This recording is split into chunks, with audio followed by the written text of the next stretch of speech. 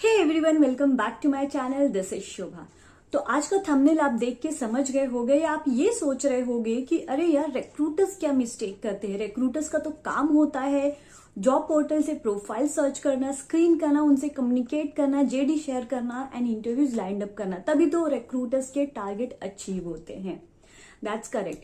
But recruiters भी कुछ ऐसे मिस्टेक करते हैं जिस वजह से उनके ना टारगेट्स अचीव होते हैं और ना ही वो कोई पोजीशंस क्लोज कर पाते हैं। And just because of this या तो उनको फायर कर दिया जाता है या तो उनकी सैलरी से डिडक्शंस हो जाता है। तो आज की वीडियो में मैं आप लोग के साथ ऐसे ही टॉप 5 मिस्टेक शेयर करूंगी जो कि रिक्रूटर्स करते हैं और ये बहुत कॉमन मिस्टेक्स होते हैं। रिक्रूटमेंट से रिलेटेड मैंने और भी वीडियोस अपलोड किए, उन सबका लिंक मैं आपको डिस्क्रिप्शन बॉक्स में दे दूंगी, आप चेक कर लेना। तो चलिए आज का वीडियो स्टार्ट करते हैं। तो आगे बढ़ने से पहले अगर आप मेरे चैनल पे नए हो तो मेरे चैनल को सब्सक्राइब कर देना एंड बेल आइकन को हिट कर देना फॉर द नोटिफिकेशन। तो चलिए आज का वीडियो स्टार्ट करते हैं। सो ये जो मिस्टेक्स है ऑलमोस्ट हर रिक्रूटर्स ही करते हैं बिकॉज ऑफ प्रेशर। तो चलिए देखते हैं मिस्टेक नंबर 1 क्या है।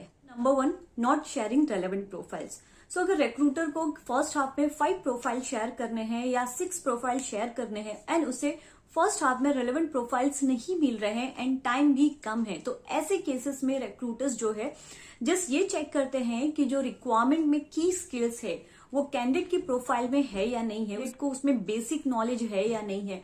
जस्ट ऐसे ही चेक करके, ऐसे ही थोड़ा बहुत कम्युनिकेशन करके ऐसे कैंडिडेट्स के भी प्रोफाइल शेयर कर दिए जाते हैं।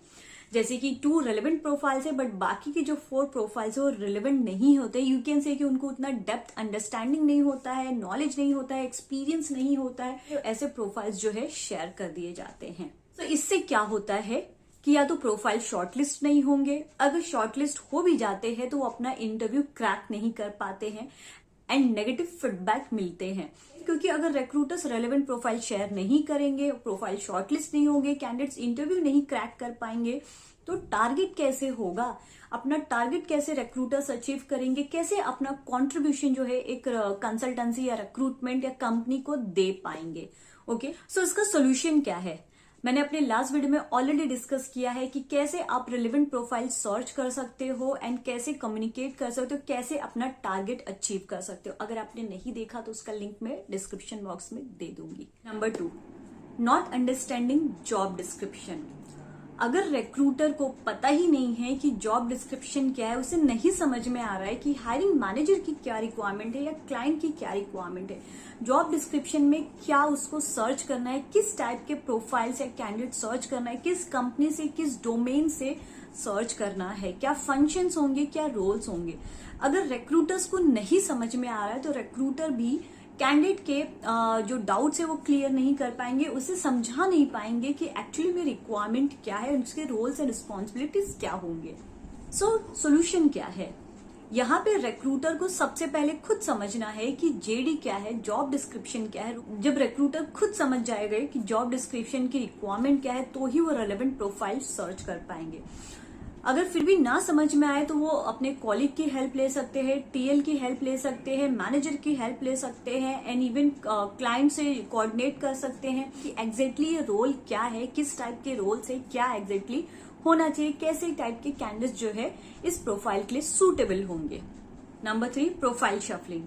बहुत सारे रिक्रूटर्स को पता नहीं है कि अगर एक ही रिक्वायरमेंट 3 to 4 हायरिंग मैनेजर्स के पास है या डिफरेंट क्लाइंट के पास है तो 1 प्रोफाइल जो है मल्टीपल क्लाइंट्स को या हायरिंग मैनेजर्स को शेयर किया जा सकता है।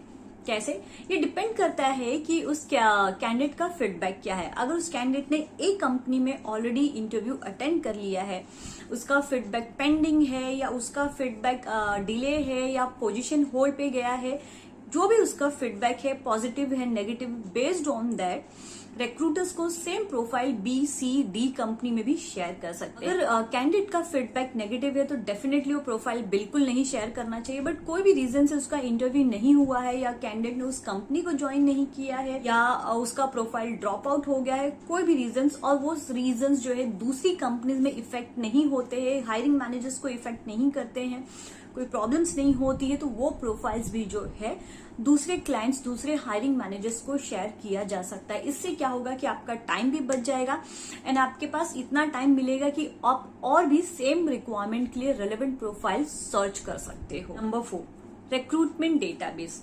रिक्रूटमेंट डेटाबेस पे मैंने ऑलरेडी डेडिकेटेड वीडियो बनाया है एंड इवन मैंने ये भी बताया है कि ये इम्पॉर्टेंट क्यों है, क्यों आपको अपना रिक्रूटमेंट डेटाबेस अपडेट करना है। तो अगर आप प्रोफाइल शफल कर रहे हो एक कंपनी से बी से सी या सी से डी, तो आपके पास ये तो पहले पता होना चाहिए कि आपने एक कैंडिडेट का प्रोफाइल कितनी कंपनीज में शेयर किया है एंड क्यों शेयर किया है, उसका फीडबैक क्या है।